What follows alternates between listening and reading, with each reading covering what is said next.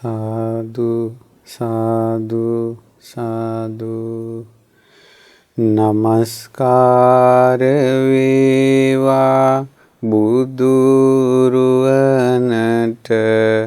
සැමදා බුදු හිමි සරණ යමි. නමස්කාර වේවා ධම්රුවනට සැමදා සදහම් සරණ යමි. නමස්කාර වේවා සංඝරුවනට සැමදා මහා සංඝ සරණ යමි. නමස්කාර වේවා තුනුරුවනට සැමදා තිසරණ සරණ යමි. සාදු සාදු සාදු. අපගේ පරම පූජනීය ගුරුදේවෝත්තම කල්යාණ මිත්‍ර පින්වල්ක ස්වාමීන් වහන්සේට නිදුක් නිරෝගී දීර්ඝායුෂ සම්පන්නියම සැලසේවා. සාදු සාදු සාදු. ශ්‍රද්ධාවන්ත පින්වත්නි, අද දවසේත් මේ භාග්‍යවතුන් වහන්සේගේ අසිරිමත් බව ගැන ඔබට අහන්න ලැබෙනවා. මේ උතුම් ධර්ම දේශනාව සඳහා දායකත්වයේ දරන්නේ පින්වත් අජන්තා ජයසේකර මෑණියන්ගේ උපන්දිනයේ නිමිති කරගෙන එතුමියට සිත ප්‍රාර්ථනා කිරීම පිණිස දියණියන් දෙදෙනා සහ බෑණනුවන් විසින් පෙබරවාරි මාස 23 වෙනි දිනට ජන්මදිනයේ යෙදුන පින්වත් අජන්තා ජයසේකර මෑණියන්ට සිත ප්‍රාර්ථනා කරනවා. ඒ වගේම සුවසේ ශාසන පිහිට ගන්නට එතුමියට සිත ප්‍රාර්ථනා කරන්න මේ දරුවන් මේ දානයන් අතර අග්‍ර වූ ධර්ම දානය සිද්ධ කරන්න. ඉතින් ඇත්තටම අපි දැන් ආමිෂ දානයක් කියන එක අපි කියමුකෝ, කෑම බීම වගේ දෙයක් කෑවා බීවා එතනින් ඉවරයි. ඒ වුණාට බණ පදයකින් මිනිසෙක්ගේ ජීවිතය වෙනස් වුණොත් ඒක මුළු ජීවිත කාලයට පමණක් නොවේ, පරලොවට පමණක් නොවේ, නිවන් දකින මොහොත දක්වාම ඒ ධර්මයෙන් ජීවිතේ වෙනස් කරගන්න එක බලපානවා. ඒ නිසා ධර්ම දානය අග්‍රයි. තින් සතුටු වෙන්න, තවත් කෙනෙකුගේ ජීවිතේ සනසා ගන්න මේ විදිහට ධර්ම දානය සිද්ධ කරන්න මේ පින්වතුන්ට ලැබිච්ච වාසනාව ගැන අද නම් හරි ලස්සන කාරණාවක් විස්තර කරන්නේ. පුදුම සහගතයි. ඒ වගේම ඔයාලගේ ජීවිතවලටත් හරි වැදගත්. ඒ වගේම තමයි ජීවිතේ සාමාන්‍යයෙන් බහුතරයකට ධර්මීය අහන බහුතරයකට කරගන්න බැරි වුණාට සාමාන්‍ය මහාන වෙන්න වගේ හිතෙන අවස්ථා තියෙනවා. එකම එක දවසක් හරි හිතෙන අවස්ථා තියෙනවා බහුතරයකට. හැබැයි ඒක කරගන්න බෑ. ඉතාමත් අතලොස්සක් තමයි මහාන වෙන්න යන්නේ. අතිශයින් අතලොස්සක්. නමුත් බණහන අතරින් බහුතරයකට හිතෙනවා එකම එක දවසක් හරි අම්මේ මේවා තැල්ල යන්න නැත්තම් කියලා. එතකොට එහෙම හිතුණට ඒවා අතෑරලා යන්න බැරි විදිහට මේ ඒක අමතක වෙන්නේ බෑ හිතෙන්නේ ඇයි කියලා දන්නවද? අද ඒ කාරණාව කතා කරමු. අද අපි ඒක භාග්‍යවතුන් වහන්සේගේ අසිරියට කතා කරන්නේ ඇයි? මහා බෝධිසත්වයන් වහන්සේටත් එහෙම වෙලා තියෙනවා. කාගෙන්වත් අහන්න නැතුව, ගුරු උපදේශ නැතුව තමන්ම තමන්ගේ හිත විග්‍රහ කරගත්තා. ඒක තමයි පුදුමේ. මේ දේශනාවේ නම තපුස්ස ගහපති සූත්‍රය. අංගුත්තර නිකායේ 5 වෙනි පොත් වහන්සේගේ නවක නිපාතේ තියෙන තපුස්ස ගෘහපතියාට වදාළ දෙසුම. ඒ කාලේ භාග්‍යතුන් වහන්සේ මල්ල ජනපදයේ උරුවේල කප්ප මල්ලයන්ගේ නියංගමේ වැඩ වාසය කළා.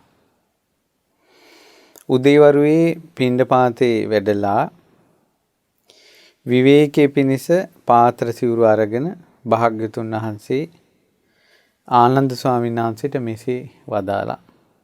ආනන්ද, පින්වත් ආනන්ද, මම මහා වනයේ ඇතුළට ගොස් දිවා විහරණය කරනතුරු ඔබ මෙහිම සිටින්න. ආනන්ද ස්වාමීන් වහන්සේට වනයෙන් එළියේ සිටින්න කිව්වා.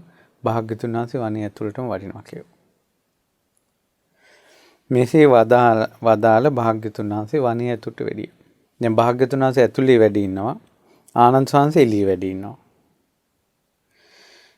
ඔහොම ටික වෙලාවක් යනකොට තාපුස්ස ගෘහපති භාග්‍යතුන් වහන්සේ වැඩ ඉන්නේ වනයේ අයිනෙන් වඩිනකොට ආනන්ද ස්වාමීන් වහන්සේ දැක්කා. ආනන්ද ස්වාමීන් වහන්සේ දැකලා ළඟට පැමිණලා කතා බහ කළා කියනවා, ස්වාමීනි ආනන්දයන් වහන්සේ, ඒ කියන්නේ මෙයා අඳුරනවා ආනන්ද ස්වාමීන් වහන්සේ. අපි කම්සැප අනුභව කරන ගිහියෝ වෙමු. ඔය දැන් නම් තමන්ගේ ජීවිතේට ගලප ගන්න. තපොස ග්‍රහපති කිව්වා අපි කම්සැප අනුභව කරන ගිහියෝ. කාමයන්හි ඇලෙමින්, කාමයන් තුල වෙසෙමින්, කාමයන් තුල සතුටු වෙමින් වෙසෙන අපට මේ ගිහි ගෙයින් නික්මී පැවිදි වීම යනු ප්‍රපාතයක්සේ වැටහෙයි. ජීවත් වෙනු කැමැති මරණය අකමැති කෙනෙක් ප්‍රපාතයක් ළඟට යනකොට අම්මෝ කියලා කය මෑත් කරගන්නවනේ. ඒ වගේ කිව්වා කන්සැප විඳ විඳ කාමෙන් සතුටු වෙවි ඉන්න අපිට කවුරු හරි මහාන වෙනවා කිව්වොත් ඒක ප්‍රපාතයක් වගේ. ඌස් ගෑවෙනවා. ඇත්තද කියලා හිතෙනවා. මහාන වෙන්න ගියා. කොහොමද අප්පා එහෙම යන්නේ? එහෙම දාලා යන්න පුළුවන්ද? ප්‍රපාතයක් වගේ. හදවත නතර වෙනවා. මහාන වෙන්න ගියා කියනකොට. හැබැයි මේ සිද්ධිය වෙන්නේ කාමයෙන් සතුටු වෙවි, කාමසැප විඳ විඳ කාමයෙන් තුල වශමින් ඉන්න අයට ප්‍රපාතයක් වගේ කියනවා මහානකම. දැන් මේ ගෘහපතියා කියන්නේ.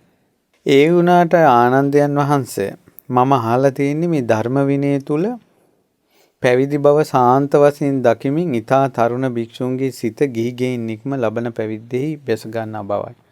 ඒ වුණ මම අහලා තියෙනවා තරුණාය ඇවිල්ලා මහාන වෙනවා කියලා. හොඳට මහානකම කරගෙන යනවා කියලා මම අහලා තියෙනවා. මේ මහානකමේ හිත පිහිටනවා කියලා අහලා තියෙනවා. එහෙම වුණාට මේ ඔය ගෙවල් දොරවල් අතෑරලා ඇවිල්ලා මේ මහාන වෙන්න එනවා කියන එක මේ බොහෝ ජනයාගේ අදහසට නොගැලපෙන දෙයකි. ගැලපෙන්නේ නැහැ. ඇයි තරුණ තරුණියෝන්ගේ ජීවිතත් එක්කනේ අනාගතයට පරම්පරාව බව කිරීම තියෙන්නේ. චුටි ඉදිරියට දැන් අද කාලේ ගත්තොත් සිංහල ජාති ඉදිරියට ගෙනියන්න හරි. ඒව නැතම් පවුල් වල තියෙන ප්‍රශ්න විසඳන්න හරි මේ කොල්ලෝ ටික ගෙදර ඉන්න බෑ. මේ අය මහණුණාව මේ අනාගතේ පරම්පරාවට යන කලදතාව මොකද්ද? ඒකට මේ මිනිසුන්ගේ අදහසනේ ඔය. ඒ නිසා ඒ අදහසත් එක්ක මහාන වෙනවා කියන එක ගැලපෙන්නේ නැහැ. දැන් මේ ගෘහපතිය බුද්ධ කාලේ කියන ප්‍රකාශයක් මේ. ඊළඟට ආදරය කරන කෙල්ලක් සිටිනවා. ඉතින් ඕන කොල්ලෝ බණ අහලා මහාන වෙන්න එනවා. ඒකට අර අහිංසක කෙල්ල ආදරය කරද්දී අවංකවම දාලා එන එක ගැලපෙනවද? දැක්කද මිනිසුන්ගේ අදහසත් එක්ක මහාන වෙනවා කියන එක ගැලපෙන්නේ. අම්මා ආදරෙන් තාත්තා ආදරෙන් දරුවෝ හැදුවේ. අම්මට තාත්තට දුක් දීලා මහාන වෙන්න එන එක ගැලපෙනවද? මොන මිනිසුන්ගේ අදහස? මහාන වෙන එක ගැලපෙන්නේ නැහැ. ඊට පස්සේ පවුලේ සමහරට එකම පුතා මහාන වෙන එක එහෙම හොඳයිද? මිනිසුන්ගේ අදහසත් එක්ක ගැලපෙන්නේ නැහැ මහාන වෙන එක. තපොස්සු ගෘහපති ওই ප්‍රකාශය කළා. ඉතින් මිනිසුන්ගේ අදහසත් එක්ක මේ මහාන වෙනවා කියන එක ගැලපෙන්නේ නැහැ.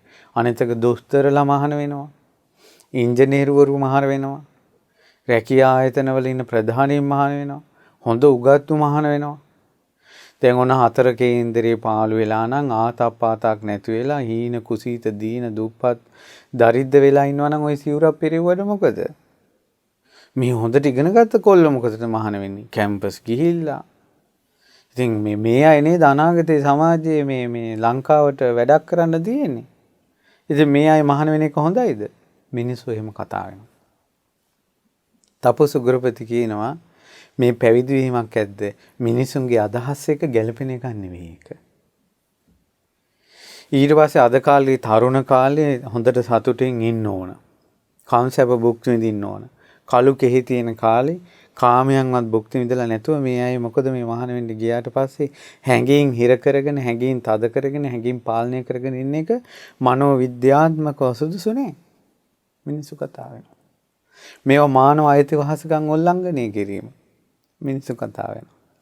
ඒක තමයි තපස් උග්‍රපති බුදුරජාණන් වහන්සේගේ කාලේ කියන්නේ ආනන්ද ස්වාමීන් වහන්සේත් එක්ක මේ සාමාන්‍ය ජනයාගේ අදහස් එක්ක මේ මහාන වෙනවා කියන එක ගැළපෙන එකක් නෙවෙයි කියලා. ඒ ආනන්දේනි මට හරි පුදුමයි. මේ තරුණ අය මහාන වෙලා ඉතින් යසට ඉන්නව නෙමෙයි. මහාන වෙනවා කියනකොට බඩපපුව හිර වෙලා හොස් ගන්න මිනිස්සු ඉන්නවා. තව එක්කෙනෙක් මේ මහාන වෙනවා කියනකොට කලන්ත දාලා වැටෙන අය ඉන්නවා. අම්මලා තාත්තලා වුණත් පුතා ආමියකට ගියොත් නේවි එකට ගියොත් ගුවන් හමුදාවට ගියොත් ඒක ලොකු ඊටත් වැඩිය දැනෙනවා මහාන වෙන්න ගියා. ඊළඟට තමයි පුතා ආමියකට හරි ගිහිල්ලා එයා ආමි ට්‍රේනින් ඉවර වෙලා එයාලගේ අවසාන උත්සවයේ දවසේ අම්මා තාත්තා සතුටු කඳුළු වගර වෙනවා. ෆොටෝ එක ගහගෙන ගේන උජාරුවට ගමේ කියනවා. ඒත් මහාන වෙන දවසේ තමන්ගේ දරුවට සිවුර දෙන්නේ අඬ හදවත ගලවලා දෙනවා වගේ. අර සතුට නෑ එදාට. දරුවෙක් මහාන කරනවා කියන්නේ මේ පපුව ගලවලා දෙනවා වගේ එකක්. ඒක අමාරුයි ඒක කරන්න. ඊට පස්සේ මේ අම්මලා තාත්තලාගේ ওই කඳුල ඉදිරියේ පෙම් කරපු පෙන්වතියගේ වැටෙන කඳුල ඉදිරියේ ඇගේ මැසේජ් ඉදිරියේ යාළුවන් කියන කතා ඉදිරියේ ඊළඟට ෆෝන් එක බයික් එක යාන වාහන ගෙවල් දොරවල් අතහැරලා සිවුරක් කරන් කැලේකට වෙලා සිව් මහාන වෙලා ඉන්නවා කියන එක ඉදිරියේ මහාන වෙන්න හිතුණා. හිතන කෙනාට බයයි. ඔක් කරගන්න පුළුවන් ඊට දන්නේ. ඊළඟට ෆෝන් එකෙන් විනාශ වෙලා හිත ජරාවට ඇබ්බැහි වෙලා එහෙම ඉන්න අයටත් බනහන අය අතර හිතෙනවනේ මේ ඔක්කොම අතහැරලා මහාන වෙන්න නැත්තම් හොඳයි කියලා. ඒ වෙනාට හිතෙනවා ගිහිල්ලා මට සිල් රැක ගන්න පුළුවන් වෙයිද? බඹසර රැක ගන්න පුළුවන් වෙයිද? මට ওই ස්වාමීන් වහන්සේලාත් එක්ක වත් පිළිවෙත් කරගෙන ඉන්න පුළුවන් වෙයිද කියලා හිතෙනවා. බයයි. මහාන වෙන්න හිතුණත් බයයි. ප්‍රපාතයක් වගේ. බය හිතෙනවා. අපි දැකලා තියෙනවා මහාන වෙමුද කියලා ඇහුවොත් තොලකට වේලෙනවා. බයයි. අපි දැන් බලමු දැන් මේ තපස් ගෘහපති කියනවා ආනන්ද ස්වාමීන් වහන්සේත් එක්ක මේක සාමාන්‍ය ජනයාගේ අදහස් වලට ගැලපෙන එකක් නෙවෙයි කියලා. ආනන්ද ස්වාමීන් වහන්සේ දේශනා කරනවා ගෘහපතිය. භාග්‍යතුන් වහන්සේ බැහැ දක්නු පිණිස මේ හොඳ කතා පඬුරක්. හොඳ මාතෘකාවක් අපි භාග්‍යතුන් වහන්සේගෙන් අහන්න මහවණේ ඇතුලේ වැඩ ඉන්නවා අපි යමු එතෙන්. දැන් ආනන්ද ස්වාමීන් වහන්සේ දන්නවා යා යුතු වෙලාව කතා කළ යුතු වෙලාව නැත්නම් බුදුරජාණන් වහන්සේ මුලින් වදාලා ආනන්ද දෙන්න එපා ඇතුළට කියලා. නමුත් ආනන්ද ස්වාමීන් දන්නවා මේ වෙලාවේ ගියට කමක් නැහැ. එතකොට බුදුරජාණන් වහන්සේගේ බුදු හිත මෙතරම් තීරුම් ගත්ත මනුස්ස ලෝකේ තවත් කෙනෙක් නැහැ. ආනන්ද ස්වාමීන් වහන්සේ තරම්. ඇයි ආනන්ද මේ වෙලාවේ කෙනෙක් ගෙන්නගෙන ආවේ කියන වචනේ 45 වසරට මහන්ඩ දීලා නැහැ ආනන්ද ස්වාමීන් වහන්සේ. එච්චර දන්නවා මේ වෙලාවට බුදුරජාණන් වහන්සේ ළඟට ගෙන්නන්න ගියට කමක් නැහැ කියලා. ඊට පස්සේ ආනන්ද ස්වාමීන් වහන්සේ භාග්‍යතුන් වහන්සේට වන්දනා කරලා ස්වාමීනි මේ තපස් ගෘහපති මා ළඟට ඇවිල්ලා කියනවා අපි කාමසැප අනුභව කරන කාමයේ ඇලෙමින් කාමයේ තුල විසෙමින් කාමයෙන් සතුටු වෙවි ඉන්න ගිහියෝ අපිට නම් මේ මහාන වෙනවා කියන එක කාමයේ අතහැරලා මහාන වෙනවා කියන එක ප්‍රපාතයක් වගේ. ඉතින් නමුත් මේ ධර්ම විනයෙහි හොඳට මහානකම කරන තරුණ භික්ෂුන් ඉන්නවා. ඒ වුණාට සාමාන්‍ය ලෝකයේ අදහස් එක්ක මේ මහානකම කියන එක ගැළපෙන එකක් නෙවෙයි. කියලා මේ තපස් ගෘහපති කියනවා. ඉතින් මම ඒකයි භාග්‍යතුන් වහන්සේ ළඟට මේ පැමිණියේ. ඒව මේතං ආනන්ද ඒව මේතං ආනන්ද ඒක හරි. ඕක හරි. ඔය ගෘහපතිය කියන කතාව හරි. ආනන්ද මටත් සම්බුදු වෙන්න කලින් බෝධිසත්ව කාලේ ගෙදර ඉන්න කාලේ මටත් හිතුණා කාමයන්ගෙන් නික්මීම හොඳයි. මහාන වෙන්න යන්න නැත්තම් හොඳයි, තනි වෙන්න යන්න නැත්තම් හොඳයි කියලා මටත් හිතුණා. එහෙම හිතුණට ආනන්ද මගේ හිත මහානකමේ බැස ගන්නෑ. තප්පරයට මේ ඔක්කොම අතෑරලා යන්න හිතෙන්නේ. ඒ කියන්නේ මහා බෝධිසත්වය අභිනිෂ්ක්‍රමණය කළේ පැවිදි රුවක් දැක්කට පස්සේ. හැබැයි මහල්ලෙක් දුටුව දවසේත් හිතුණා මේ අතෑරලා යන්න නැත්තම් හොඳයි කියලා.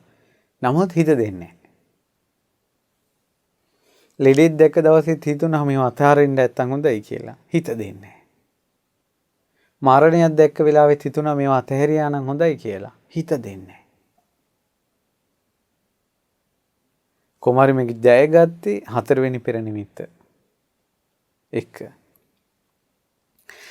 එතකොට බුදුරජාණන් වහන්සේ දේශනා කරනවා ආනන්ද කාමයන්ගෙන් නික්මීම සාන්තයි කියලා මගේ හිත හිතෙද්දී ඇයි මේ මහානකමේ හිතෙන්නේ නැතුව කාමයන්ගේම හිත රැඳෙන්නේ ඇයි? මට මේක අතෑර ගන්න බැරියයි. දැන් ඔන්න ඔයාලගේ ප්‍රශ්නේ මේ. ගොඩාක් අයට ජීවිතේට එකම එක දවසක් හරි හිතෙනවා නේ මහාන වෙන්න යන්න නැත්තම් හොඳයි කියලා. මේ ඔක්කොම අතාරින්න යන්න නැත්තම් හොඳයි කියලා. ඒක එතනින් ඉවරයි. ඒක කරන්න බෑ. බෝධිසත්වයන්ටත් එහෙම සිතුවිල්ලක් ඇති වුණා කියනවා. ඊට පස්සේ ආනන්ද මම හිතුවා කාමයන්ගෙන් නික්මීම යහපතයි කියලා හිතන මම ඒ කාමයන්ගෙන් නික්මී යන්නේ නැතුව ඒ තනිකමේ හිත බැස ගන්න නැතුව මේ විදියට හිත තියෙන්න හේතුව මොකද්ද? ප්‍රත්‍ය මොකද්ද කියලා මම තනියෙන් කල්පනා කළා. කල්පනා කරනකොට මටම තේරුණා මා විසින් කාමයන්ගේ දුර්විපාක නොදකින ලද්දේය. මා විසින් කාමයේ ආදීනව බහුලව මෙනෙහි නොකරන ලද්දේය. කාමයන්ගෙන් නික්මීමෙහි අනුසස් අවබෝධ නොකරන ලද්දේය. කාමයන්ගෙන් නික්මීම මා විසින් සේවනය නොකරන ලද්දේය. එහින් කාමයන්ගෙන් නික්මීම නම් වූ මෙය සාන්තයයි දකිනා වූ මට මාගේ සිත කාමයන්ගෙන් නික්මෙහිලා නොබැස ගනී, නොපහදී, නොපිහිටයි, නිදහස් නොවේ. බෝධිසත්වයන්ටම නුවණින් විමසුන්ට කල්පනා වුණා පැවිදි වෙන්න යන්න හිතෙද්දී ඒක කරගන්න බැරි මම කාමයන්ගේ ආදීනව හිතන්නේ නැහැ. කාමයන්ගේ දුර්විපාක හිතන්නේ නැහැ. ඊළඟට කාමයන් සේවනය කිරීමේ ආදීනව මම හිතන්නේ. නෙක්ඛම්මේ ආනිසංස, නෙක්ඛම්ම සේවනය කිරීම මම හිතන්නේ. ඒ කියන්නේ කාමයේ ආදීනව හිතන්න ඕන, පැවිද්දේ ආනිසංස හිතන්න ඕන. එහෙම හිතුවේ නැති නිසා තමයි මහාන වෙන්න හිතුණත් හිත දෙන්නේ නැත්තේ. කාමයන්ගේ දුර්විපාක කියලා කියන්නේ හිරගෙවල් තියෙන්නේ. ඊළඟට පොලිසියේ ඔච්චර පැමිණිලි තියෙන්නේ. මොකේ විපාකද? සතර සතිපට්ඨානෙ වඩන්න ගිහිල්ලාද? කාමය. ඊළඟට ඉඩකඩම් වලට රණ්ඩු වෙන්නේ. සහෝදරකම් නැති වෙන්නේ. තෝතෝ කියලා ඇඟිල්ල දික් කරගන්නේ. ඊළඟට ණයතුරුස් වෙන්නේ. ඊළඟට මේ ඉස්පිරිතාල වල බඩ ගන්නෙ. මොකක් නිසාද? කාමය නිසානේ. ගෙවල් දොරවල් යාන වාහන වතු පිටි ගන්න ඕනන්නේ. ඒවට ණය ගන්න ඕනේ, ණය ගෙවන්න ඕනන්නේ. මොකක් නිසාද මේ? කාමය නිසානේ. ඊළඟට ගෑනු කෙනාගෙන් බැනුම් ආහා ඒ පෞල් ජීවිත ගත කරන්න වෙන්නේ කාමාශාව නිසානේ. ඊළඟ ළමයි හිටියත් දුකක්, නැතත් දුකක්, ළමයි ලෙඩ වුණත් දුකක්, ඉස්කෝලේ දාගන්න ගියත් දුකක්, ළමයිට ඕන දේවල් අරන් දෙන්න ගියත් දුකක්. මොකක් නිසාද? කාමය නිසානේ. ඊළඟට මේ ස්මාර්ට් ෆෝන් නිසා මේ සමාජයේ කාම සැඩපහරට අහු වෙනවා කියලා දැනත් තමන්ගේ පොඩි අහිංසක මල් කැකුළුවන් ළමා ලපටින් ඒවා ගෙනත් දෙන්න සිද්ධ වෙලානේ අද. ඇයි පන්ති තියෙනවනේ ඔන්ලයින්. එතකොට දැන් ඉන්න අම්මලා තාත්තලා දන්නවා ෆෝන් සෙල්ලම්. එතකොට ඒවා දැන ළමයිට මේවට දෙන්න සිද්ධ වෙන්නේ ඇයි? කාමය නිසානේ. ඇයි මේ ළමයිට උගන්වන්න බෑ? නිදි වරාගෙන ළමයි පාඩම් කරන්නේ, රස්සාවලට යන්නේ, අඳුරන්නේ නැති මිනිසුන්ගෙන් බැනුම් අහන්න සිද්ධ වෙන්නේ, බස් එකේ ගියා කොන්දොස්තරගෙන් බැනුම් අහන්න සිද්ධ වෙන්නේ, වැඩ කරන ස්ථානයේ එක එක්කෙනාගෙන් ආඩාපාලි අහන්න සිද්ධ වෙන්නේ. මේ ඔක්කොම කුමක් නිසාද? කාමයේ නිසානේ. ඊළඟට විවාහ වුණත් පවුල් වල තියෙන ගැටලු, අරුබුද, සැනසෙල්ලක් නැති බව මොකක් නිසාද? කාමයේ නිසානේ. මේ වසංගතෙද්දී අසරණ වෙන්නේ, ආර්ථිකයෙන් කඩාගෙන වැටිලා හිර වෙන්නේ, පිස්සු හැදෙන්නේ, සියදි විහානි කරගන්න හිතෙන්නේ කාමයේ නිසානේ. එකිනෙකා හදිහුණියම් කරගන්නේ, ඉරිසියා කරන්නේ, සූස් ගන්නේ කුමක් නිසාද? කාමයේ නිසානේ. සල්ලාලකම් කරන්නේ, තමන්ගේ ස්වාමියා ඉක්මවා යන්නේ, බිරිඳ ඉක්මවා යන්නේ. ඊළඟට තමන්ම අරන් දෙන ෆෝන් එකෙන් බිරිඳ වෙන අයට මැසේජ් ගහන්නේ, ස්වාමියා වෙන අයට මැසේජ් ගහන්නේ. මේ මොකක් නිසාද? කාමයේ නිසා. අවුරුදු ගණන් ආදරය කළ විවාහ වුණාට පස්සේ මේ වෙනස් වෙලා ඒ ගින්දර පපුවෙන් විඳ ඉන්නේ ඇයි මේ? කාමයේ නිසානේ. අම්මගේ ආදරේ නැහැ, තාත්තගේ ආදරේ නැහැ, ස්වාමියාගේ ආදරේ නැහැ, සහෝදරයාගේ ආදරේ නැහැ, මං ලෝකේ තනි වෙලා කියලා හූල්ලා ඉන්නේ ඇයි මේ? කාමයේ නිසානේ. වැරද්දක් බව දැන නැවත වැරද්දට යොමු වී පිච්චි පසුතැවිලි ඉන්නේ කුමක් නිසාද? මේ ඔක්කොම කාමයේ ආදීනව. කාමයේ ආදීනව. ඊට පස්සේ තව දවසින් දවස මේ කාම දුක කරගහ ගන්න වෙනවා මිසක්කා නිදහස් වීමක් නැහැ. සමහරට තමන්ට මනාපව අඳින්න කියනවත් ඇඳුමක් ඇඩුමක් ගන්නවත් අතේ සොච්චමක් නැති වෙනවා මේ එක එක්කිනාගේ වට වියදම් කළාට පස්සේ.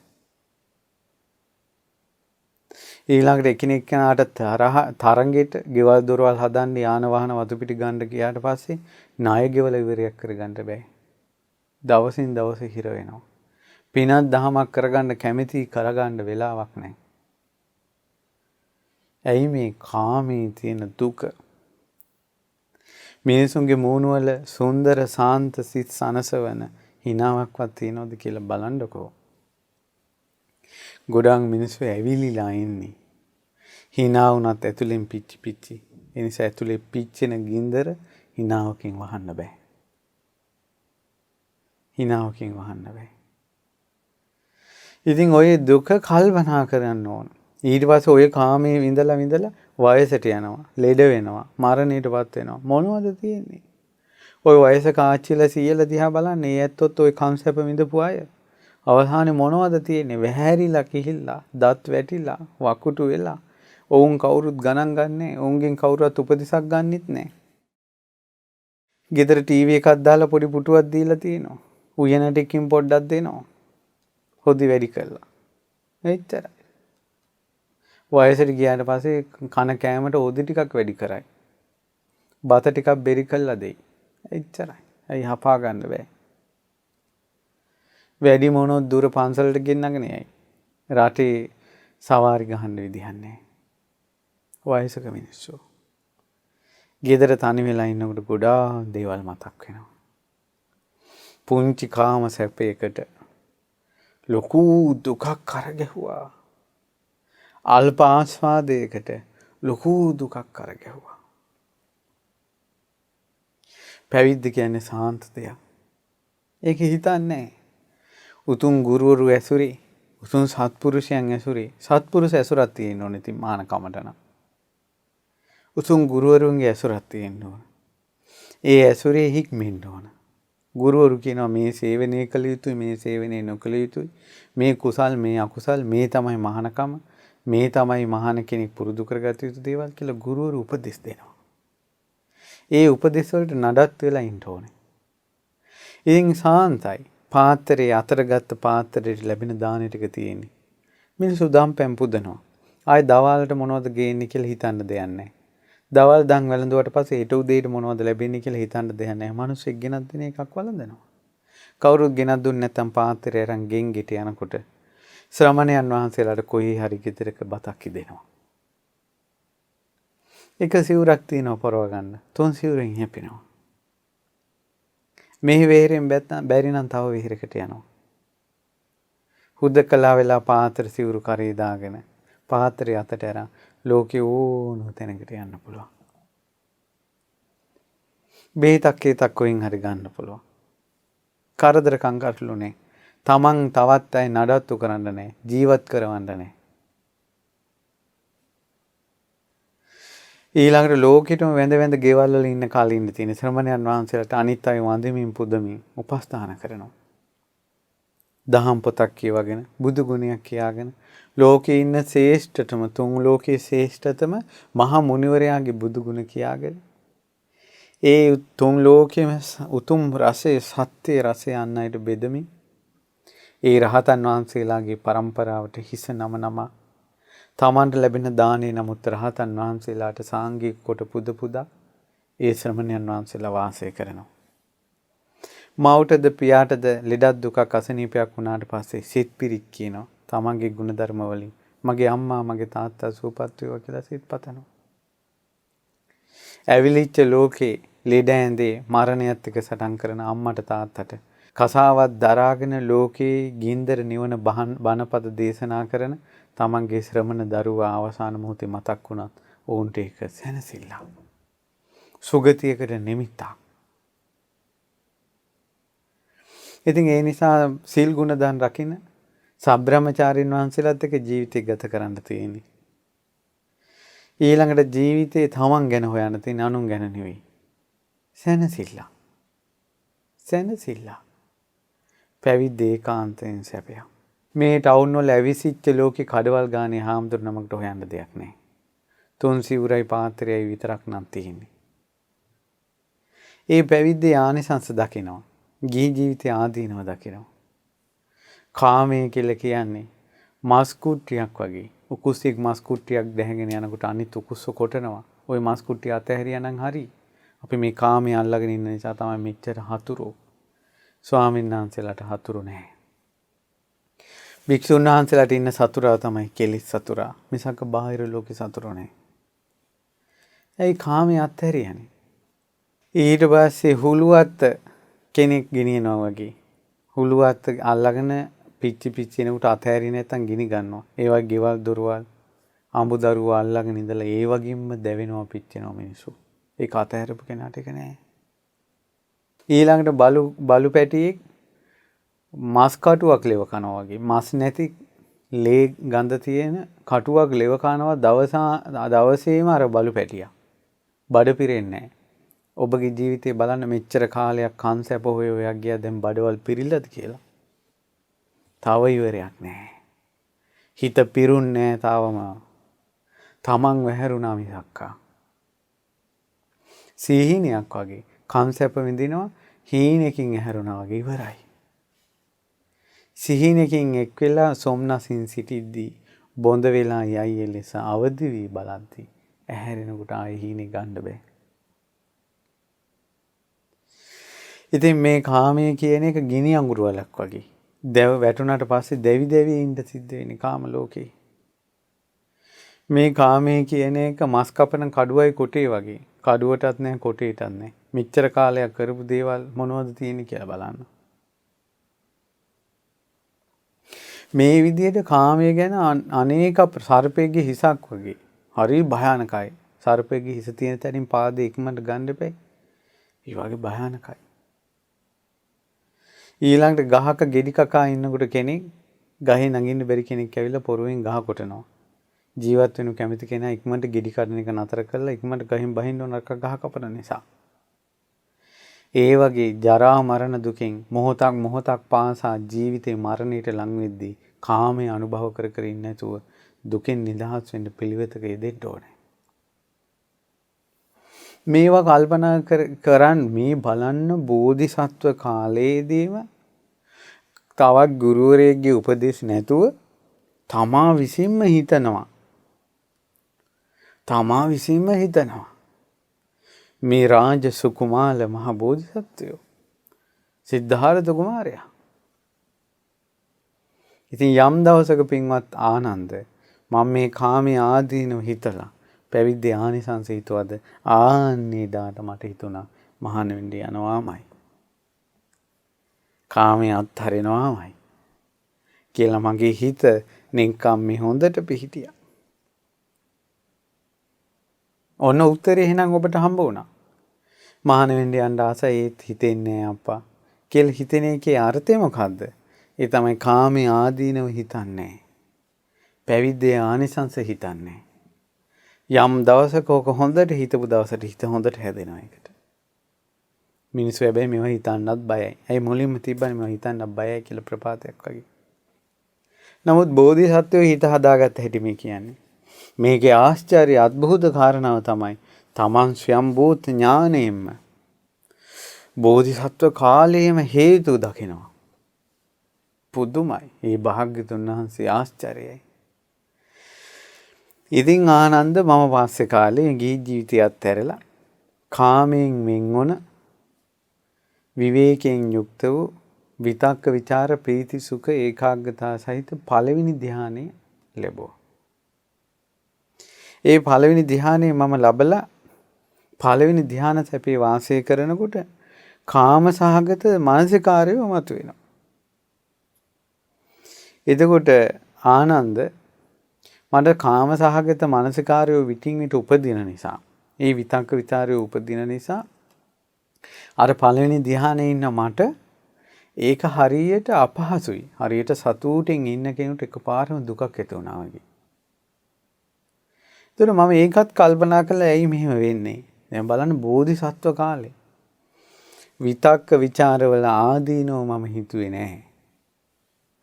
සිතේ එකඟ භවයේ විතක්ක ਵਿਚාර රහිත සිතේ එකඟ භවයේ ආනිසංස මම හිතුවේ නැහැ. එහෙම හිතනකොට ආනන්ද මම හිතන්න ගත්තා.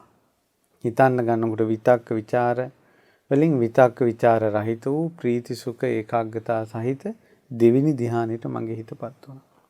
ඒ විදිහට දෙවෙනි ධ්‍යානයෙන් යුක්තව වාසය කරනකොට මේ ප්‍රීතිය කියන එක උපදිනවා නිතර.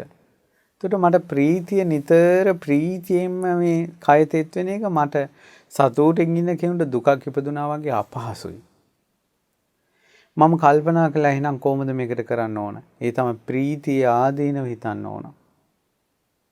උපේක්ෂාවෙන් යුතු සැපය ගැන හිතන්න ඕන.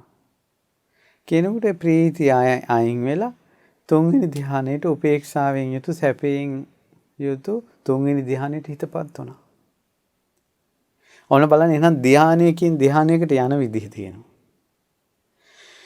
එතකොට මට හිතුණා ආනන්ද දැන් මේ බලන්න ගුරුවරයෙක් නැතුව සිදුවත් මහ බෝධිසත්වයේ ගුරුවරයෙක් නැතුව තනියම ධ්‍යාන පිරිසිදු කරන හැටි බලන්නකෝ.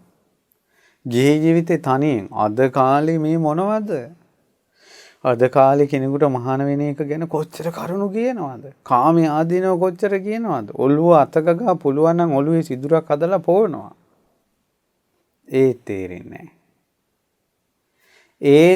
නැහැ. කාම මඬ වගුරේම මඬ වගුරේ läගන මී හරකා වගේ läග ඉන්නවා. ලේසියෙන් පුළුවන්ද කියලා බලන්න ඇවිල්ලා මේ පොයට සිල් ගන්න ඇවිල්ලා දවසක් ඉන්න පුළුවන්ද කියලා බලන්න. ඒ ගෙදරම මතක් වෙනවා. ඉතින් බුදුරජාණන් වහන්සේ මේකේ මම මේ කාරණාව කියන්නේ හේතුව තමයි අනේ භාග්‍යවත් බුදුරජාණන් වහන්සේ කොයිතරම් ආශ්චර්යද බෝධිසත්ව කාලයේම තනියෙන් මේවා විසඳ ගන්නවනේ. ගුරු උපදේශ නැතුව. ඊළඟට උපේක්ෂා සහගත සැපේ ප්‍රශ්නයක් වෙනවා. සැපයෙන් ඉන්න කෙනාට දුකක් ඉපදුනා වගේ. ඒ නිසා ආනන්ද මම ආනිසංස හිතුවා පිරිසිදු උපේක්ෂාවෙන්. හතරවෙනි ධ්‍යානෙට හිතපත් වුණා. ඊට පස්සේ ඔහොම ඉන්නකොට මේ රූපේ තියෙන ආදීනෝ ප්‍රකට වෙන්න ගත්තා. ඒ නිසා මම ආකාශය අනන්තයි කියලා අරූප ධ්‍යානෙ හිත පිහිටෙව්වා. රූපවල ආදීනව හිතුවා. අරූප ආකාසානංචායතන අරූප ධ්‍යානෙ හිත පිහිටියා. මේ විදිහට ධ්‍යාන විඥානංචායතනෙ ආකින්චඤ්ඤායතනෙ නේව සංඥා නා සංඥායතන දක්වාම හිත දියුණු කරලා ආනන්ද මට හිතුණා සංඥා වේදිත නිරෝධ සමාපත්තියට සමවද වෙනවා නම් හොඳයි. නිරෝධ සමාපත්තිය කියලා කියන්නේ ආස්වාස ප්‍රාස්වාස වැටෙන්නෙත් නැහැ. වේදනා සංඥා දැනෙන්නෙත් නැහැ. විතක්ක ਵਿਚාරත් නැහැ. හරියට මැරුණ කෙනෙක්ගේ මැරුණ කෙනාගේ ඇඟ සීතලයි. නිරෝධ සමාපත්තියට සමවැදිච්ච කෙනාගේ ඇඟේ රස්නේ තියෙනවා. මැරුණ කෙනාගේ ඉන්ද්‍රියන් අප්‍රාණිකයි. නිරෝධ සමාපත්තිය සමවැදුණු කෙනාගේ ඉන්ද්‍රියන් ප්‍රසන්නයි. මැරුණ කෙනාට ආයුෂ ඉවර වෙලා නිරෝධ සමාපත්තිය සමවැදිච්ච කෙනාගේ ආයුෂ තියෙනවා. එතකොට මේක තමයි නිරෝධ සමාපත්තිය. ඒ නිරෝධ සමාපත්තියට මගේ හිත යනවා නම් හොඳයි කියලා හිතුණා. හැබැයි ඒක කරන්න තියෙන්නේ නේව සංඥා නා සංඥායතන ආදීනව හිතන්න ඕන. නිරෝධ සමාපත්තිය ආනිසංස හිතන්න ඕන. එතකොට පින්වත් ආනන්ද මම මේක බහුල වශයෙන් කරනකොට මොකද උනේ පසු කාලේ නේව සංඥා නා සංඥායතනේ දුර්විපාක දැක ඒ බහුල වශයෙන් මෙනෙහි කළමි. සංඥා වේදිත නිරෝධී අනුසස් අවබෝධ කොට ඒ සේවනයේ කෙලෙමි. එකල්ලි ආනන්දේනි ඒ සාන්තයයි දකිනා මාගේ සිත සංඥා වේදිත නිරෝධෙහි බැසගනි. පහදී පිහිටයි නිදහස් වේ. ආනන්දේනි ඒ මම සියලු අයුරෙන් නේව සංඥා නා සංඥායතන ඉක්මවා ගොස් සංඥා වේදිත නිරෝධ සමාපatti උපදවාගෙන වාසය කරමි. මා විසින් ප්‍රඥාවෙන් දැක ආශ්‍රවයන්ද සේකරන ලද්දේ වෙයි. ওই විදිහට සංඥා වේදිත නිරෝධය දක්වාම අනුපිළිවෙලට සමාපatti වලට සංවැදිලා කෙලිසුස්සේ කළා. ගුරු උපදේශ රහිතව තනි කෙනෙක් මේවා හිතුවනේ. අද කාලේ කොහොමද මෙච්චර ධර්මයේ ඇසෙද්දි මෙච්චර දහම් විග්‍රහයන් තියෙද්දි මේ මුලා වෙනවනේ සමාධියක් ලැබුණාට පස්සේ. මේ බලන්නකො භූත ලෝකවල විස්තර හොයා නෑනේ. ප්‍රේතයෝ දැක්ක කතා, භූතයෝ දැක්ක කතා ඒව මේ හොයා ඉඳලා නෑනේ. තමාගේ අරමුණ කරාම ගිහිල්ලා තියෙනවනේ. ලස්සනට සමාධිය දියුණු කරගෙන ගිහිල්ලා තියෙනවනේ. නිකෙලෙස් වීම පිණිසම. තමා විසින්ම ගුරුවරයෙක් නැතුව. ඊට පස්සේ යම්තාක් ආනන්ද නවයක් වූ මේ අනුපිළිවෙලින් සංවාදින විහරණයන්ට මම මෙසේ අනුලෝම ප්‍රතිලෝම වශයෙන් සම නොයදුනේම්ද නැගී නොසිටියෙම්ද ඒ තාක් ආනන්ද දෙවියන් මරුන් බඹුන් සහිත සමන බ්‍රාහ්මණයන් සහිත මේ දෙව් මිනිස් ප්‍රජාව තුල මම සම්මා සම්බුද්දයි කියලා ප්‍රතිඥා දුන්නේ නැහැ. ඔය සියල්ලම අවබෝධ කරගෙන තමයි සම්මා සම්බුද්දයි කියලා ප්‍රතිඥා දුන්නේ. මාහට ඥාන දර්ශනය පහළ වුණා. චිත්ත විමුක්තිය නොවෙනස් වන්නේය. මේ අන්තිම උපතයි. ආය පුනර්භවයක් නැහැ. කියලා තමා තුළම ඥාන දර්ශනය පහළ වුණා කියනවා. තනියෙන් සමාධි සමාපatti වලට සංවදින හැටි. ඒ හිත එකට යන්නේ නැති වෙන්න හේතුව මොකද්ද? ඒට කල යුත්තේ කුමක්ද කියලා තනියෙන්ම යෝනිසෝ මනසිකාරයෙන් උපද්දවා ගත්තා මහ බෝධිසත්වය. කියන්න කවුරුත් නැතුව, උපදෙස් දෙන්න කවුරුත් නැතුව ආශ්චර්යයි. බුදුරජාණන් වහන්සේ සරණ යන්න පින්වත්නි. මම මේ කාරණාව කියන්නේ ඔයාලට මහාන වෙන්න කියලා නෙවෙයි. අනේ සාදු කියලා අත් දෙක එකතු කරලා වැඳ බුදුරජාණන් වහන්සේ සරණ යන්න. ඒ සරණ කවදා හරි ඔබට මේ දුක්ගින්දර නිවීම පිණිස පවතිනවා. දුක්ගින්දර නිවීම පිණිස පවතිනවා. මේ විදිහට කාමයේ ආදීනව හිතලා, නික්කාමයේ ආනිසංස හිතලා මහා බෝධිසත්වයෝ ගෙදරින් පිටත් වුණා. එතකොට මේ මිලිඳු රාජ ප්‍රශ්නේ දුෂ්කර ක්‍රියාව ගැන තියෙන 3 වෙනි පොතේ කොටසේ තියෙනවා. ඒ මේ විදිහට කාමයේ ආදීනව හිතමින් හිටපු මහා බෝධිසත්වයෝ නලංගනන්ගේ නැටුම් ගැයුම් වැයුම් දැක්කද තවත් අප්පිරියා වුණා කියනවා කාමයේම.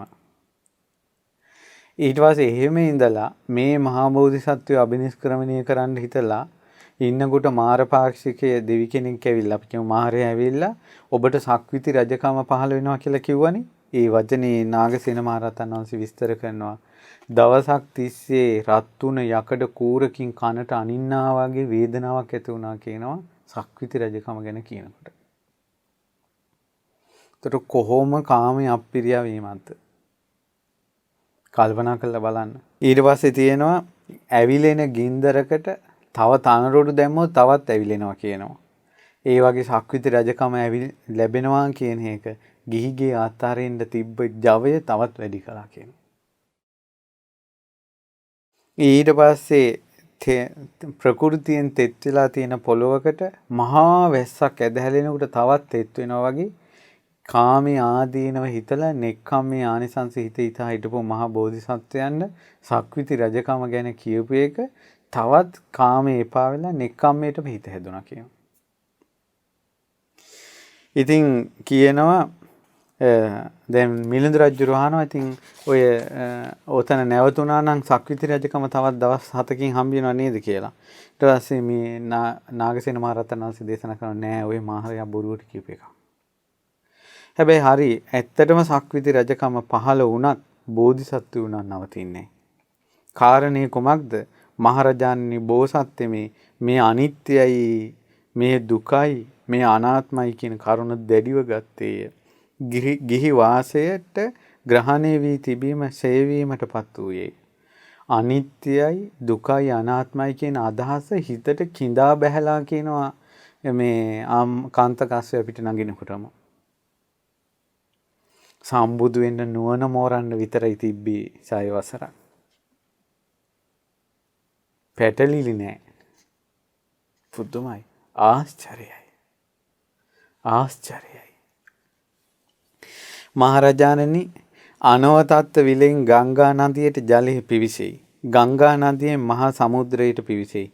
මහා සමුද්‍රයෙන් පාතාල මුඛයට පිවිසෙයි. යලි මහරජාණනි ඒ ජලයේ පාතාල මුඛයෙන් නැවත හැරී ඇවිත් මහා සමුද්‍රයට පිවිසෙන්නේද? මහා සමුද්‍රයෙන් ගංගා නදියට පිවිසෙන්නේද? ගංගා නදියෙන් උඩුගම්බලා ඇවිත් නැවත අනවතත්ත විලට යනවද කියලා. අනෝතත්ත විලෙන් ගංගානම් ගඟහරහා මුහුදට ගිය වතුර ආය මුහුදෙන් ගඟට ගිහිල්ලා ගඟෙන් අනෝතත්ත විලට යනවද කියලා. අනේ නෑ ස්වාමීනි. ආන් ඒ වගේ අපමහා බෝසතුන් විසින් කල්ප ලක්ෂයක් අධික කොට ඇති අසංඛීය කල්ප 4ක් මොහු කූරවන ලද කුසලයෙන් යුතුව මේ භවයේ උපන්නේය. මේ අන්තිම භවයේ උපන්නේ 6 වසක් ඇතුළත බෝධි ඥානයේ මොහු කුරා ගොස් සර්වඥ බවට පත්ව ලෝකයේ අග්‍ර පුද්ගල වූ බුදුරජ වන්නේය. එසේ තිබියදී මහරජාණනි බෝසත්ත්වයේ චක්‍ර රත්නයක් වෙනුවෙන් සක්විති රජකම වෙනුවෙන් ආපසු ගෙදරට හැරීද කියලා. ඒක දැන් මේකෙන් තේරෙනවා ඉතින් පැවිදි ජීවිතයකින් පිට ලබන්න සංසාරේ තියෙන්න ඕන සංස්කාරය. මහරජාණනි මේ වනාන්තර සහිත වූ පර්වත සහිත වූ මහ පොළොව නම් වූ ආපසු හැරවිය හැක්කේ නමුත් මේ පොළොව අනිත් පැත්තට හරවන්න පුළුවන්. ඒත් බෝධිසත්වයෝ අබිනිෂ්ක්‍රමණයට මහාන වෙන්න තියපු පාදය ආය හරවන්න බෑ. පහදින්න හිතෙන් පහදින්න ආය හරවන්න බෑ. ගංගා නදියේ ජලය උඩුගම්බලා හරවන්න පුළුවන්. බෝධිසත්වයෝ තියපු පාදය ආය ගෙදර පැත්තට හරවන්න බෑ. මහරජාණන් මහා සමුද්‍රයේ අපරිමිත වූ ජලකඳ ගව කුරයෙන් සෑරුණු වලෙහි රැඳුණු දියැත්තක් දක්වා වියලී යා හැකි නමුත් බෝසත්ත්වයේ සම්මා සම්බෝධියට නොපත්ව නොනවතින්නේය. මහරජාණන් සිනේරු පර්වත රාජ්‍යය 7කට හෝ 10කට හෝ පැලී යා හැකි නමුත් බෝධිසත්වය ආය ගෙදරට හැරෙන්නේ. මහරජාණන් තාරකා සහිත වූ චන්ද්‍ර සූර්ය දෙක පොළොවේ වැටි වැතිර යා හැකි නමුත් බෝසත්ත්වයේ සම්මා සම්බෝධියට පත්ව මිසක්කා ආයි සිරිපා ගෙදරට හරවන්නේ. ආකාශයේ කලාල පැදුරක්සයෙන් හකුලුවා දැමිය හැකි නමුත් බෝසත්ත්වයේ සම්මා සම්බෝධියට නොපත්ව නොනවතින්නේය. ඒ මක් නිසාදයත් සකල විද බන්ධනයන් සිද මිද දැමූ හේනි. ගෙදරින් අඩිය තිබ්බේ සකල විද බන්ධන සිඳ මිදලා. ඔන්න බලන්න. ස්වාමීනි මොකද්ද මේ බන්ධන? මහරජාණනි ලෝකෙහි දස බන්ධනයක් ඇත්තේය. ඒ බන්ධනයෙන් බැඳුණු සත්වයෝ ගිහිගෙයින් නික්ම නොයති. නික්ම ගියද ආපසු හැරී එති. ඒ කවර 10ක්ද? ඔන්න මේ ලෝකයේ සමහර අය ඉන්නවා මේ බන්ධන 10 තියෙද්දි මහාන වෙන්න යන්නේ නැහැ. මහාන වෙන්න ගියත් අනිවාර්යෙන් ගෙදර එනවා මේ 10 නිසා. මහාන වෙන්න යන්නේ නැත්තේත් මහාන වෙන්න ගිහිල්ලා ගෙදර එන්නේත් මේ කාරණා 10 නිසා. මොකද ඒ 10? මහරජාණනි මව් යනු ලෝකයේ බන්ධනයකි අම්මා. මහරජාණනි පියා යනු ලෝකයේ බන්ධනයකි තාත්තා. අම්මගේ බන්ධනයෙන් බැඳුන පියාගේ බන්ධනයෙන් බැඳුන කෙනා මහාන වෙන්න යන්නේ ගියත් ආපහු එනවා. බිරිඳ යනු ලෝකයේ බන්ධනයකි ගෑනු කෙනෙකුට අහු වෙලා. දරුවන් යනු ලෝකයේ බන්ධනයකි. ඥාතීන් යනු ලෝකයේ බන්ධනයකි. මිත්‍රයන් යනු ලෝකයේ බන්ධනයකි. ධනය යනු ලෝකේ බන්ධනයකි. ලාභ සත්කාර යනු ලෝකෙහි බන්ධනයකි. අධිපති බව යනු ලෝකෙහි බන්ධනයකි. පංචකාම යනු ලෝකෙහි බන්ධනයකි. මහරජාණන් මේ වනාහි ලෝකයේ ඇති දසයක් වූ බන්ධනයෝය. මේ බන්ධනයන්ගෙන් බැඳුණු සත්වයෝ ගී ගෙහින් නික්ම නොයති. නික්ම ගියද ආපසු හැරියේති. කොහොමද? බන්ධන. සල්ලි භාගෙ තියෙන එකක් Tamanට බන්ධනයක් වෙනවා.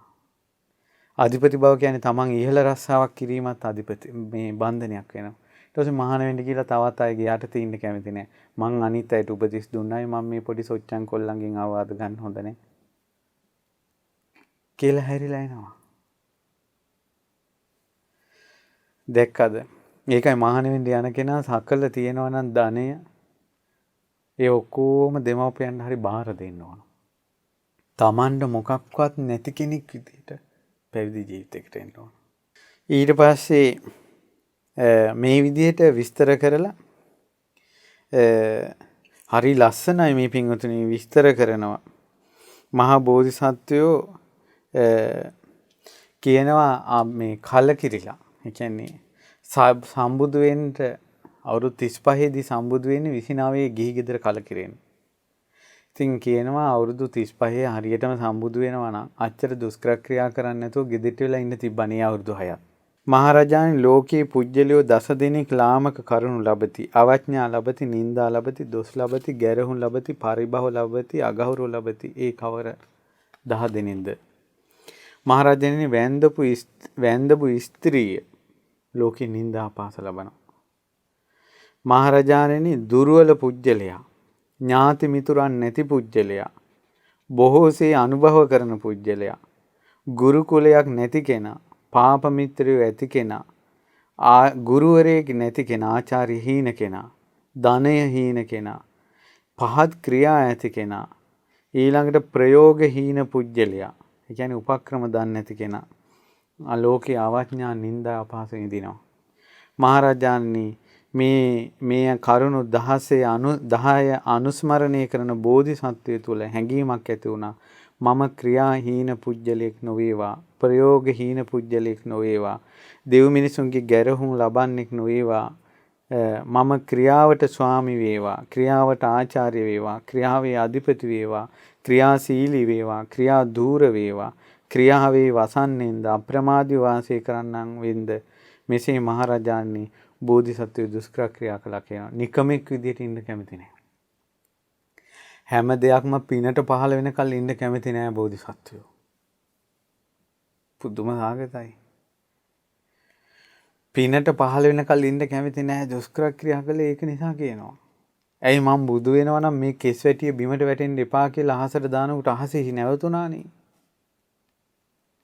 මේ වස්ත්‍රේ බිමට වැටෙන්න එපා කියලා ඇඳගෙන හිටපු වස්ත්‍රේ උඩට දානකොට නැවතුණානේ. එහෙම තියෙද්දි ඇයි අච්චර ක්‍රියා කළේ? මම නිකමෙක් නොවේවා. පිනට පහළ වෙනකල් ඉන්නෙක් නොවෙම්මා.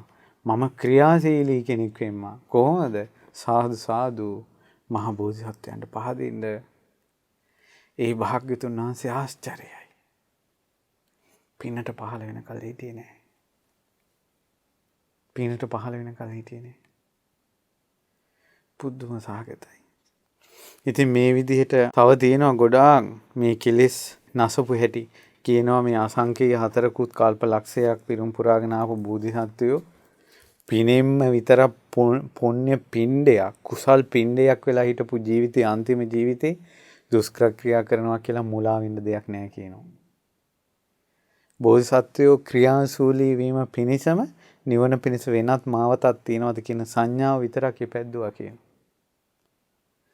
මහරජතුමනි කොහොම මුලා වෙන්න අහනවා. මේ ඉපදිලා මාසෙන් දෙකෙන් දඹරුක් සෙවණේ සිදුහත් පුංචි කුමාරයා මාසයයි 2යි. මාස 2යි. පුංචි කුමාරයා දඹරුක් සෙවණේ ධ්‍යාන 4ම වැඩුවා කියනවා. මාස 2කින් ධ්‍යාන 4ම වැඩුවා නම් අවුරුදු 29 මුලා වෙන්න දෙයක් තියනවද කියලා අහනවා. පහදින්න අභිනිෂ්ක්‍රමණයට මේ හැම දෙයක්ම ස්වයම්භූත ඥාණයෙන් තේරුම් ගත්තා. ඒ භාග්‍යතුන් වහන්සේ ඒකාන්තයෙන් ආශ්චර්යයි. ඒ භාග්‍යතුන් වහන්සේ ඒකාන්තයෙන් ආශ්චර්යයි. අපේ ශාස්ත්‍රුන් වහන්සේ ඒකාන්තයෙන් ආශ්චර්යයි. අපිට ඒ ශාස්ත්‍රුන් වහන්සේ සරණ යන්න ලැබුණානේ. බුද්ධං සරණං ගච්ඡාමි කියලා කියන්න ලැබුණානේ. අනේ සරණ නැති කරගන්න එපා පින්වත්නි. පින්වත් දරුවනේ මේ සරණ නැති කරගන්න එපා. ඔය හදවතේ බුදුරජාණන් වහන්සේ විතරක් තබා ගන්න ශාස්ත්‍රුන් වහන්සේ විදිහට. ඔබගේ හදපිරි සම්පූර්ණ ගෞරවය දෙන්න බුදුරජාණන් වහන්සේට. ඒ දහමට අවනත වෙන්න. දිවිහිමියෙන් මම බුදුරජාණන් වහන්සේ සරණ යනවා කියලා හිතන්න. ඔබ සුවපත් වෙනවා. ඔබගේ දුක් නැති වෙනවා. ඔබ මේ සසර දුකෙන් නිදහස් වෙනවා. එච්චරේ සරණ ප්‍රබලයි. අපි කාටත් අසිරිමත් සම්බුදු සරණින් සැනසෙන්න වාසනාව ලැබේවා. ඉතින් පින්වත්නි අද දවසේ මේ උතුම් භාග්‍යතුන් වහන්සේගේ අසිරිමත් බව අපිට අහන්න ලැබුණේ. අජන්තා ජයසේකර මෑණියන්ගේ ජන්මදිනයට මේ දරුවන් සිත ප්‍රාර්ථනා කරලා මේ ධර්ම දාණය ඔබට දෙන නිසා. ඉතින් පෙබරවාරි 23 වෙනි දිනට ජන්මදිනයේ යෙදුන පින්වත් අජන්තා ජයසේකර මෑණියන්ට නිදුක් නිරෝගී සුවපත් භාවය දීර්ඝායුෂ සම්පන්නිය ගෞතම සසුනේ පිහිට ලැබේවා.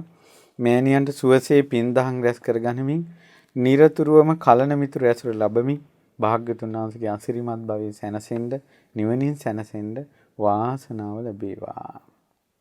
සියලු දෙවියෝ මේ පින් අනුමෝදන් වී මේ පින්වතුන් ඇතුළු සියලු දෙනා ආරක්ෂා කරත්වා. මිය පරලෝකීය මහිල් ජයවික්‍රම පියාණන්ට, ජීවන් තරංග ජයවික්‍රම සොයුරාට, ඩී.ඒ. ජයසේකර, ටී.ඩී.එස්. ජයවික්‍රම සීයලාට, පර්ල් එදිරිවීර ආච්චි අම්මාට මේ පින් අනුමෝදන් වේවා. මේ පින් බලෙන් මියගිය ඥාතීන්ට පරලෝක සැපේම වේවා. ඒ වගේම භාග්‍යතුන් වහන්සේ ආශ්චර්යයි. මේ හඬ අපේ හිත්වලට කාවැද්දුවේ ලොකු ස්වාමීන් වහන්සේ. මට ලොකු ස්වාමීන් වහන්සේ තමයි මේ දිශාව පෙන්වුවේ. පුදුමයි. දැන් අපි කොච්චර බුදුගුණ කියලා තිබ්බත් මේ දිශාව දැක්කේ නැහැ. භාග්‍යතුන් වහන්සේ ආශ්චර්යයි. ගුරු දෙවිඳුන් නිදුක් වේවා, නිරෝගී වේවා, සුවපත් වේවා, දීර්ඝායුෂම ලබත්වා. පින්වත් ලොකු ස්වාමීන් වහන්සේ ඇතුළු ගරුතර සංගරුවනට අනගාരികා මෑණිවරුන්ට පැවිදි අපේක්ෂක දරුවන්ට අසිරිමත් සම්බුදු සරණේ අසිරිමත් ආශ්චර්ය තුල සැනසී නිවනින් සැනසෙන්න මේ පින් හේතු වාසනා වේවා. ඒ වගේම අජන්තා මෑණියන්ගේ දියණියන් දෙදෙනා බෑණනුවන් මේ පවුලේ සියලු දෙනාට පින් අනුමෝදන් වේවා. දරුවෙකු බිහි කිරීමට බලාපොරොත්තුෙන් සිටින භාග්‍යා ජයවික්‍රම සොහිරියට නිරෝගීව පින්වන්ත දරුවෙක් බිහි කරන්න උතුම් අසිරිමත් සම්බුදු සසුනේ සම්බුදු ආශ්චර්ය පිහිට සැලසේවා. අඟුලිමාල මුනිදුන්ගේ පිහිට සැලසේවා, ආශිර්වාද සැලසේවා කියලා සිත පතනවා. අවුරුදු 3ක් වයස ඇති තිසාක්‍ය පස්විදු සමරකෝම් පුංචි පුතාටත් ආරී ජයසේකර ආච්චි අම්මාට මාර්තු මාස 24 වෙනි දින ජන්මදිනය යෙදෙන කෞෂාමලි ජයසේකර පුංචීට, ජයවික්‍රම පවුලේ සැමට, ජයසේකර පවුලේ සැමට, සමරකෝම් පවුලේ සැමට නිදුක් නිරෝගී සුවපත් භාවයේ කල්යාණ මිත්‍ර ඇසුර ගෞතම සසුනේ පිහිට ලැබේවා. කොරෝනා වෛරසයෙන් රෝගාතුරව සිටින රෝගීන් ඉක්මනින් සුවපත් වේවා. ලෝක ව්‍යසන වසංගතය දුරින්ම දුර වේවා. ඔබ අපි කාටත් කාර්ය මණ්ඩලී සියලු දෙනාටත් භාග්‍යතුන් වහන්සේගේ ආශ්චර්යයෙන් සැනසී කාමී ආදීනව දකිමින්, නික්කම්මී ආනිසංස දකිමින් සිත සූපත් කරගන්න ලැබේවා. ගෞතම බුදු සසුනේ උතුම් චතුරාර්ය සත්‍ය ධර්මය අවබෝධ කරගන්නටත් ඒකාන්තයෙන් මේ පින් හේතු වාසනාම වේවා. තෙරුවන් සරණයි. නමෝ බුද්ධාය. මෙවැනි වටිනා ධර්ම දේශනා නැරඹීමට ශ්‍රද්ධා YouTube චැනලය සබ්ස්ක්‍රයිබ් කර සීනුව ලකුණ ඔබන්න.